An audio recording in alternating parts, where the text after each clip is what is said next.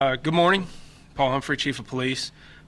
Starting a new series of press conferences. One of the things that I've talked about before with you all is a dedication to transparency. This is going to be another thing that we do to make sure that you, the public, you, the media, have opportunities to understand what's going on within LMPD, within the community, how we operate, and give an opportunity to ask questions and get some insights into how we're operating. The plan is for this to be on a bi-weekly schedule, so every other week. Looks like we're going to be first and third Wednesdays.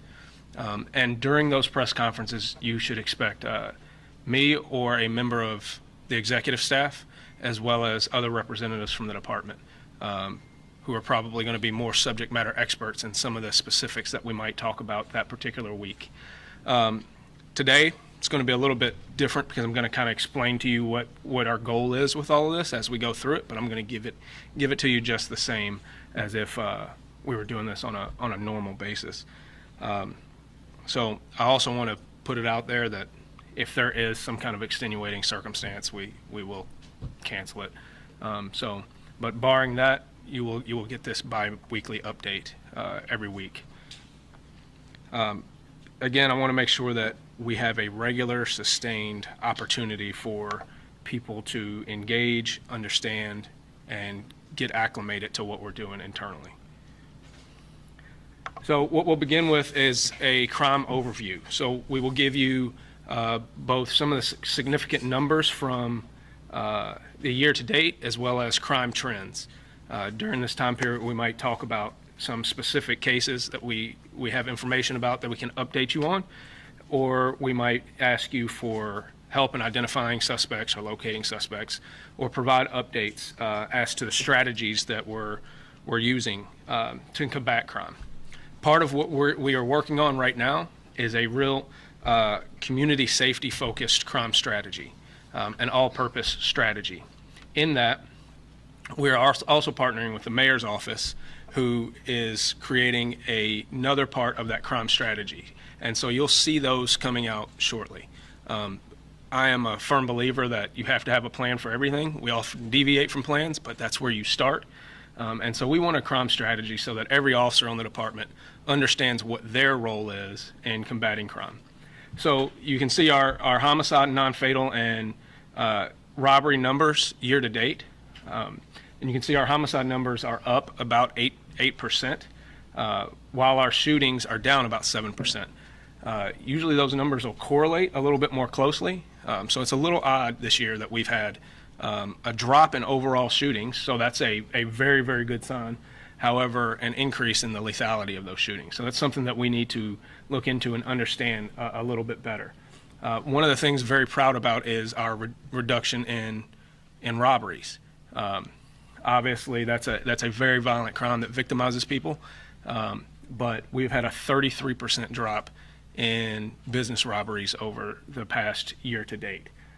One of the things that was changes that was made a few years ago is that carjackings, when we saw the spike in carjackings, those got moved over from being investigated by each individual division detective's office to being centrally investigated by the robbery unit. That has helped us greatly in identifying and prosecuting carjackers. And so that has been a great move that we've had in the past couple of years. So some of the work that has been done by these units. So you'll see that we have made an arrest in 34 of our homicides this year.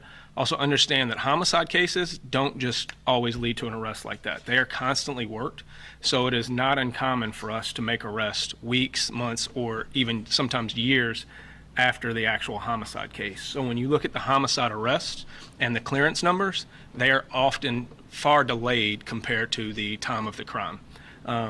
We always want to see an arrest as quick as possible. We had a homicide the other night on Logan Street, and we were able to make that arrest within 5 or 6 hours due to really good community cooperation, good cameras that were on some of the businesses in the area, and good solid police work that had police officers in the area very quickly and had that scene locked down. homicide detectives were able to call out the SWAT team, and they were able to take that suspect into custody without any incident. So sometimes you'll see those quick arrests, and that's great to get that person off the street. But just because we don't have an arrest that quickly, don't think that doesn't mean that those homicide detectives are not working that case diligently. They are putting in work every day, and many times we're going out after the fact with our fugitive unit, our violent crime squads from CID, or average police officers are helping homicide locate and get information about these suspects. The non-fatal shooting squad. So you all know a few years ago that a change was made as well to transition. We've gone back and forth over the years. So in the course of my career, non-fatal shootings have been investigated either by division detectives. They were also centrally located in the homicide unit. And then they're now being investigated by a squad that is dedicated just to non-fatal shootings. That gives us the opportunity to dedicate specific resources to each one of those shootings and work them with the diligence and the care that they deserve. Understand that a non-fatal shooting is, it may be just mere inches from being a homicide.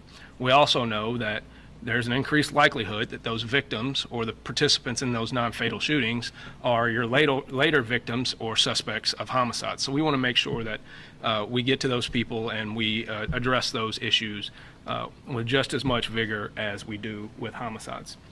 One of the other things we're pretty proud of is our increase in federal indictments. These are federal indictments that are just coming out of our criminal interdiction division.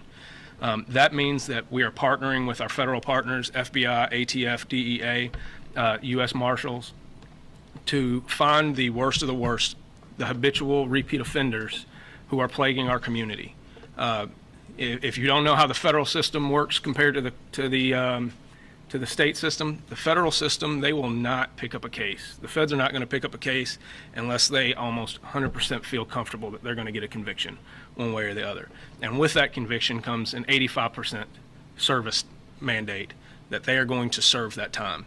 That is very important because what that is showing is it's showing the confidence that the feds have in our investigators and the work that they're doing, but it also shows that people are being held accountable at the highest level for those crimes.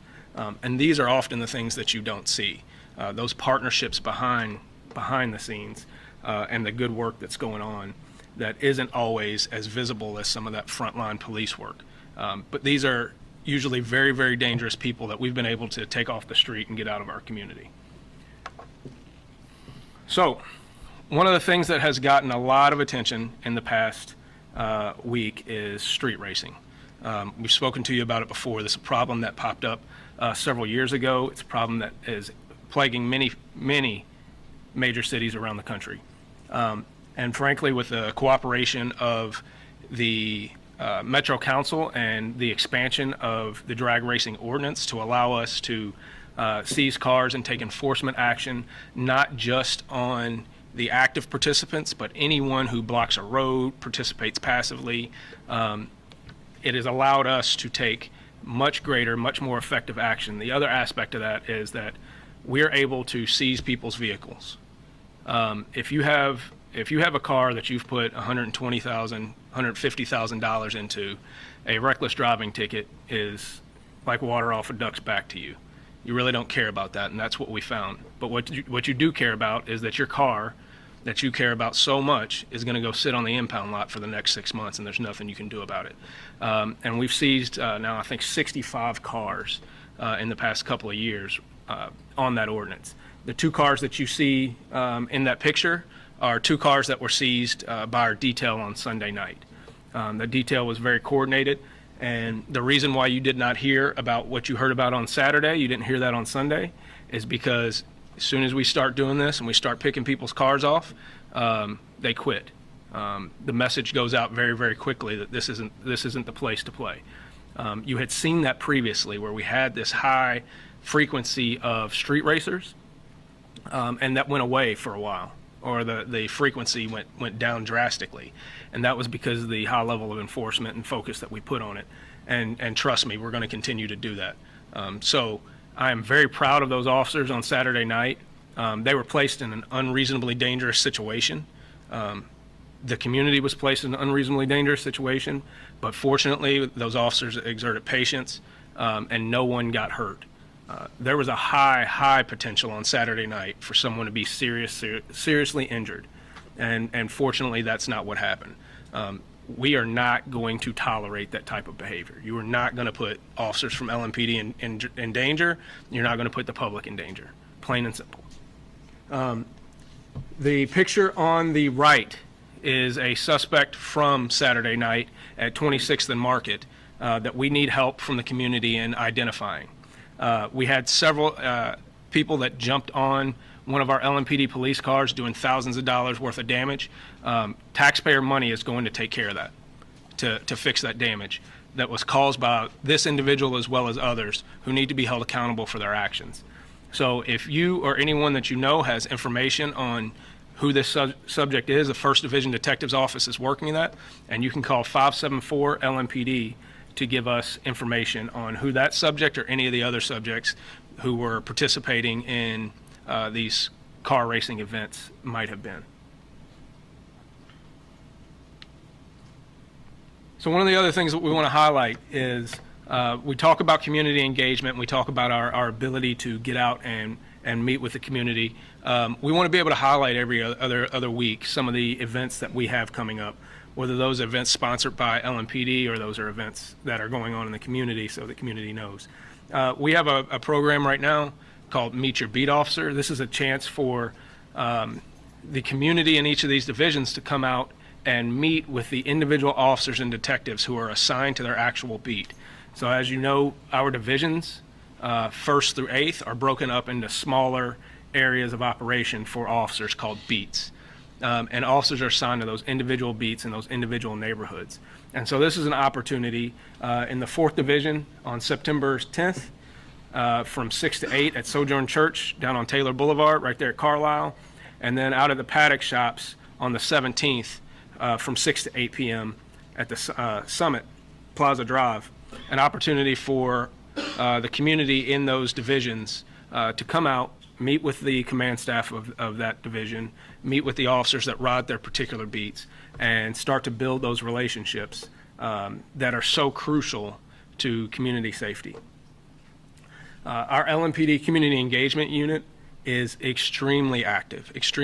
So they've already hosted about 90 events this year between Meet Your Beat Officer events, Stop the Violence events, and others that they do. One of the things that they do that I think is really special and very effective, and I think the community appreciates, but it's not widely known, is that after we have significant events like homicides, hostage situations, those things that shake up a neighborhood that would normally cause some disruption, they go back and they go door to door in those neighborhoods and they engage those people that were victimized. Because the people who are victimized are not just the ones that were injured, but it's the entire community surrounding that event. And so they go door to door and make contact with people in those areas where violence happens to make sure that they can help get resources, get information, and take care of the people who are the ones that we really should focus our attention to. And those are the good citizens who are just trying to live their life. One of the other programs that we have, gang violence has come up as a topic several times. The GREAT program. The GREAT program is the gang resistance training that is done through JCPS with collaboration with LMPD officers to help train and teach young kids in JCPS how to resist that type of behavior and how to express positive behaviors and be a good part of the community. And so that's a program that's been going on and has been very successful, and will continue obviously with the new school year starting this year. So that's something we are very proud of. One of the things that we also want to do is feature an individual, a unit, so that you can understand some of the things that are being done on the department. The other thing is we want to take opportunities to educate you, the public, on how we operate so that you better understand the system. So in different weeks, we might walk you through how a pattern of a homicide investigation goes. What does the complaint process look like on an officer? What happens after a person is arrested? So all of those things that we want you to understand what we're doing and why we're doing it. And one of the first ones that I want to feature is our victim services unit. an absolutely amazing victim services unit, nationally recognized victim services unit. And what they are is they're that hidden part of taking care of the community. You see us making arrests, you hear about the victims and survivors, but this is the unit that takes care of those victims and survivors. They go back after the fact. They're there on scene oftentimes, and they are dealing with the victims, survivors, and witnesses of violent crime to help walk them through the criminal justice process. This is helping them become whole again. We can never bring back their loved one. We can never undo their victimization, but this is that level of comfort and that level of compassion that we show to make sure that victims are taken care of. And with me today, I have Megan Ware, who is one of the supervisors within our victim services unit, and she has one of the other members of the victim services unit with her. His name is Leo.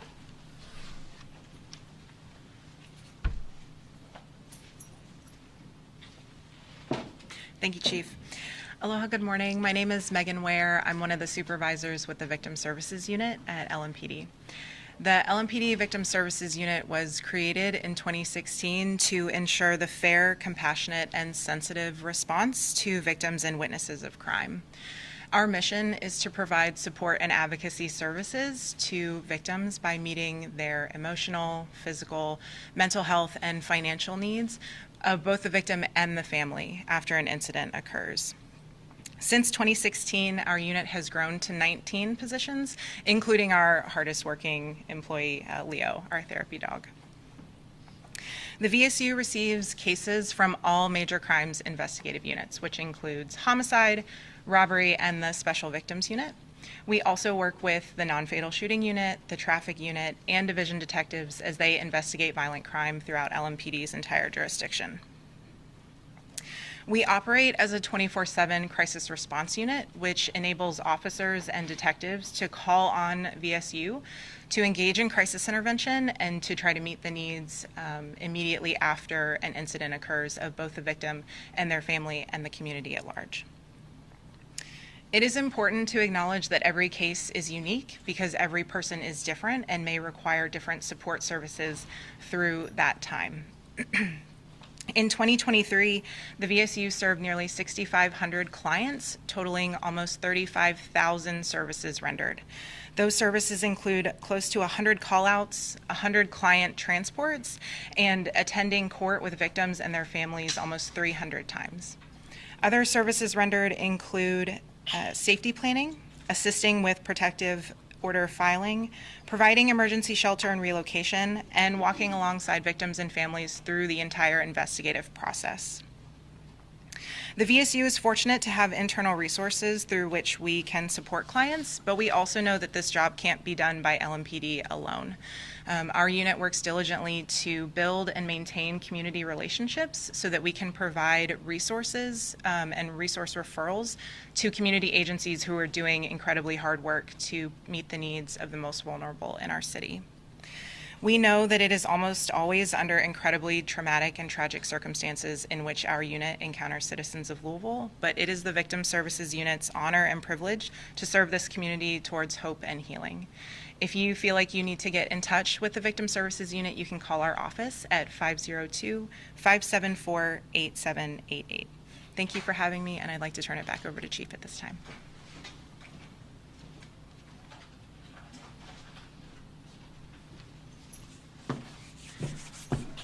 Thank you, Megan. So that's a very, very important part that I think people miss out on. We talk a lot about officer and member wellness, but this is about community wellness. This is that missing piece. It's not just a technical piece.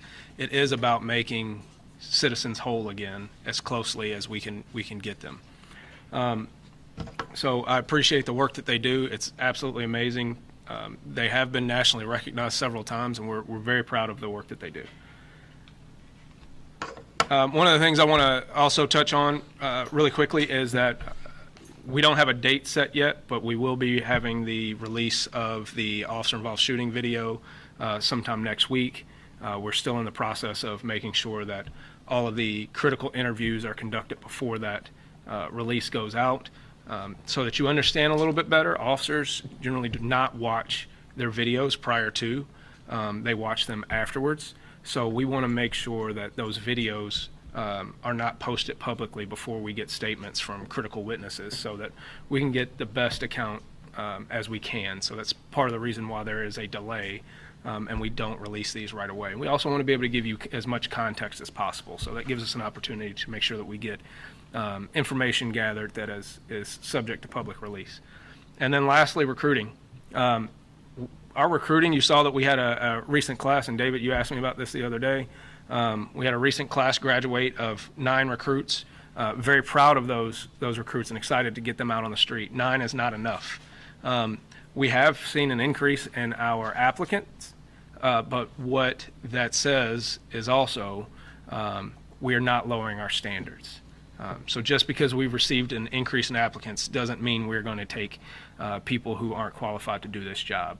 And so I would rather have 9 outstanding recruits hitting the street than double or triple that if they're questionable character. So we are very proud of them. We're always hiring. So you can go to lmpdjobs.com and see the information. There's not too many places where you can have a high school education and walk through the door making almost $70,000 a year and serve your community at the same time. So I will end by giving you the opportunity to ask questions. Well, picking up right when you were talking about recruiting, you say you are getting an increase in applicants, but how are these applicants not measuring up, that they end up not becoming police officers? Well, so the question was, how are the applicants not measuring up? So if we've gotten an increase, why aren't we getting an increase in actual officers? There's a lot of reasons for that, right? So part of it might be the job market, and you have people putting in for this job who just aren't qualified for it. It is a rigorous process to become a police officer. The background check is thorough. The drug testing is thorough. The physical fitness test is thorough. And so the people who make it through the door have been heavily vetted. And so we are not going to lower our standards just because we're struggling to fill slots.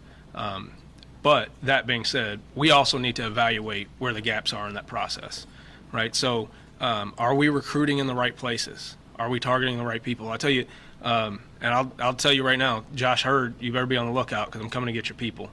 The athletic departments at the local colleges need to be on our recruiting trail. I mean, think about it.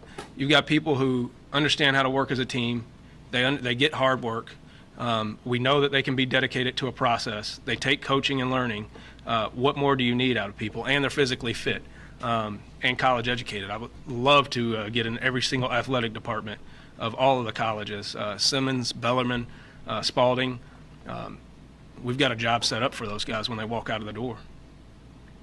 Are these applicants not making it into the academy, or are they not making it through the academy? We have both. There's always an attrition rate. So the question was, are they not getting into the academy or not making it through the academy? We have both.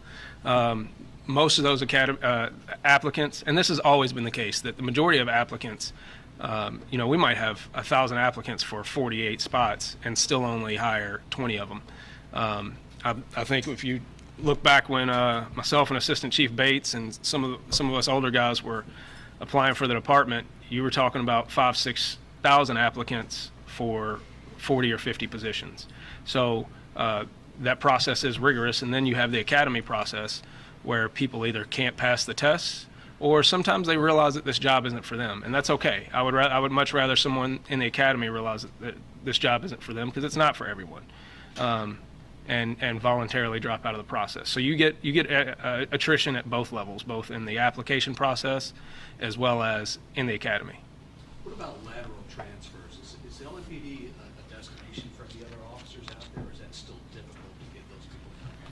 So lateral transfers, is it difficult for us to get them here? And so I would say that we're actually in a better position now than we have been in a long time. So we've gotten a ton of rehires. So these are people who have retired and come back because they see the advantages of being here. They like working here. We've had several people who have left, gone to another agency, and then come back for various reasons. When you look in this region, there's not a department that has more opportunity than LMPD. And that is no knock on great officers that are some of these smaller agencies. But you can't do the things that we do within LMPD at a smaller agency. And so we've had very good luck of bringing in both rehire retirees and people coming back. Laterals are a little bit different, right? Because everybody's been trained to a different standard. And so that process is a little bit more, it's both more streamlined and complicated for us to bring in laterals. When you're talking about in-state versus out-of-state. But I will tell you, Officer Brinkley, that was in the officer-involved shooting in the 3rd Division, a lateral from Lebanon Junction, outstanding officer. The experience that he had there while he's fairly new here, the experience that he had in Lebanon Junction to get that time on the street and understand this job before he came over us has paid dividends. And we have several others that have come from different agencies. So that's one of the things that there's give and take to taking laterals. Do you think LMPD is paying enough to get officers to come here? I do think LMPD is paying well now. That was not always, that was not always the case. But I do think we are paying a competitive wage. And frankly, because of the number of opportunities and the amount of crime that's going on, there's always an opportunity to work more and earn some overtime. So I do think we're paying at a competitive wage to get people through the door. Can you expand on why you felt it necessary to start these bi-weekly press conferences? So why did I feel it was necessary to start these bi-weekly press conferences? I think access to information for the public and for you all, the media, is very important. I think sometimes what we do as a profession is we put out information without context. And so this is an opportunity for us to put out information with context and engage. You all have questions that, you know, when you submit questions through our PIO's office, those pour in and pour in.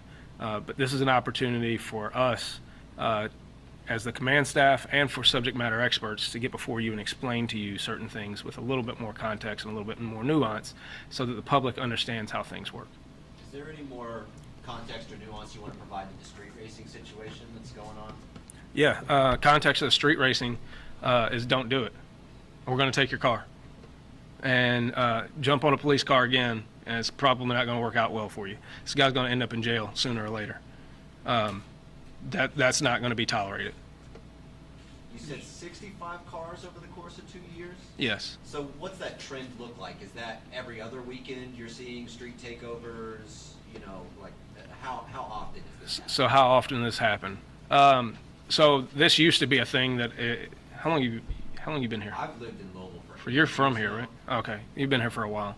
So I mean, you saw everything and how it increased post 2020 with these street racers, these street takeovers, and I would say in the past year or so, there's been a huge dip in it.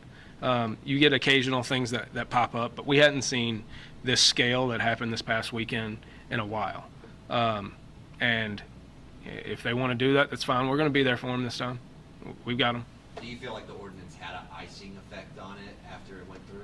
Absolutely, the ordinance had an icing effect on it. When somebody gets their car taken for 6 months, that has an icing effect on it, and the word travels that we're not going to tolerate that. Are car thefts up or down? I don't have the numbers exactly on car thefts. I'll get it to you. Can you give us an update on the command staff, your command staff, in terms of like replacing Stephen Healy? Yeah, we're functioning pretty well right now. There's going to be a couple of announcements that are going to, I believe, we'll be talking about soon. So we'll be planning on promoting some of the command staff and moving things around in the coming weeks or so. What's the status of a search for a new chief? Is there a search going on, or are you, in a sense, I think what the word is auditioning for the job right now? I mean, I think I've been auditioning for the job for 18 years. No, there is no search going on for the chief right now. On Friday, you told, or the LSPD told us that the suspect was shot by the LSPD officer in the Walmart. Was it still in the hospital? Is that still the case? Has he been released yet? Okay, so the suspect's still in the hospital, yes. My second question is, it feels like it's been a rash of gun violence, just in my county, 8 people shot in the last 10 days. Can you just speak to that and how it almost feels like Louisville goes through this realm of there's this short window of people being shot and killed or shot and survive, and then it stops and then it starts back up again? So the question was, can we explain how we have these ups and downs and these spikes and valleys in gun violence? That's nothing new. right? Gun violence has always kind of done this thing, and violence does too. There's seasonal factors, so weather gets warm, we know we're going to have issues. And so that's when we put out our crime plan, that's part of understanding normal trends, right? So we know that when the weather gets warm, we're going to have spikes in violence. We know when school gets out, we're going to have certain problems. We know that come holiday time, we're going to have issues with suicides and robberies. Like, we know these things are typical cyclic events. And so that needs to be built in our plan of how we manage and deploy our resources and what we're asking them to do to focus on things that are foreseeable. There's certain things that we can't control, but the things that we do know, we need to be prepared for, and that needs to be part of our plan. You showed us a suspect from 26 and Market with the street racing. I think I understood you said that suspect actually leaped onto the hood of a police car? Yes, sir. Well, we saw that same behavior at New Cut Road. Yes, sir. Is this a thing now with these incidents? It better not be. So if your question is this going to become normal behavior in these types of incidents? This is the first time that we've had anything like this, to my knowledge, since 2020. It's not going to become a normal thing. Somebody's going to get hurt, and they're going to go to jail. So you better not jump on a police car, because it's not going to work out well for you. We paid a lot of attention to the New Cut Road incident because there was a lot of video available. What evidence have you collected, and can you tell us you're getting closer to making arrests in that location? So that's part of our process. Is we go through our detectives and our real-time crime center, and they comb through every ounce of video, all of that social media, right? They do this for clicks. They do it for likes, right? Well, guess what? We can use all of that. So if you want to put that out, you want to try to get attention, we'll give you the attention we want, and I'll make sure that you get his mugshot when he gets locked up. Have you come across any evidence that suggests that the participants in any of the incidents we saw over the weekend were from out of town? Yes. This is not a uniquely Louisville thing. We are in communication with agencies from other cities, Cincinnati and Indianapolis and places in the region, and we do see some of these cars that show up here show up at those places too. So these people travel to do this stuff. Some of them might be local to Louisville and go there. Some of them might be from there and come here. So it's a mix of both. Some people who've seen this video have asked me, Chief, of the people jumping onto the police car, why the officer backed off, why the officer did not confront those people who were jumping on the car. Can you explain that? Yeah, so why did the officer back off as opposed to confronting the people jumping on his car at that time? As much as everything in your census say get out and deal with this problem, that's not a winnable situation right at that moment when you're a single officer by yourself. So that was a very mature decision, and probably against everything in that officer's being to back out of that situation. But sometimes you got to take a tactical retreat, and you have to put yourself in a position where you're not going to get hurt. And the other thing is that he could have effected arrest there. He could have gotten out, but the level of force that he probably would have had to use to do that wouldn't have been what we would have wanted, right? Because he would have been dealing with a crowd that was overwhelming. And a lot of times when you don't have the resources or you're at some kind of disadvantage, your level of force is going to have to go up, right? So sometimes we're better to take a pause, take a step back, get the resources there that we need, and then deal with it. By the time we do that, in this particular situation, what happened is they leave because they know that everyone's coming. And so that's why we end up picking off cars and towing them and identifying them later. Is because we're doing it in a safer way. The two cars that you've seen, two, right? Yes, sir. They local or from out of town? I believe they were both local. I know one of them was local. I believe both were local. But we locked up several people out of one of them, wrote a ticket out of the other, and seized four guns. So. Does anybody else have anything? Back to the recruiting. Are you a former college athlete? No. I practiced sports in high school. So. Do you have a lot of former college athletes on the department? We do have many former college athletes on the department, and that's just one of those things where that's an idea that we have. The way recruiting used to work is you didn't have to recruit for this job. People wanted this job. People wanted service jobs. We had a great pension, right? The pension system that he and I are on is completely different from what it is now. I know exactly what I'm going to get when I retire, right? And I can plan for that. And this was a thing that honestly kept me in the job when I thought about going to another city. It was like, whoa, hold on. I'm going to be able to retire with this percentage of what I make, have that for the rest of my life, and know that in a career that can be both difficult emotionally, mentally, as well as physically, I have that cushion, right? I have that thing to protect me and my family on the backside. Well, certain people in certain jobs that I don't determine who they are, I just get to vote for them, made the decision that they were going to switch over to a non-defined benefit. So you can pick that up, your 401k, and go anywhere. You can do any job. We're dealing with a different job market as well. So while we don't have 3,000 or 4,000 people competing for 48 spots, and we're not just in a position where, as recruiters, we're really doing a selection process, not a recruitment process, because the people are coming to us, we have to treat ourselves more like college recruiters, right? And this is a little bit of a generational thing, right?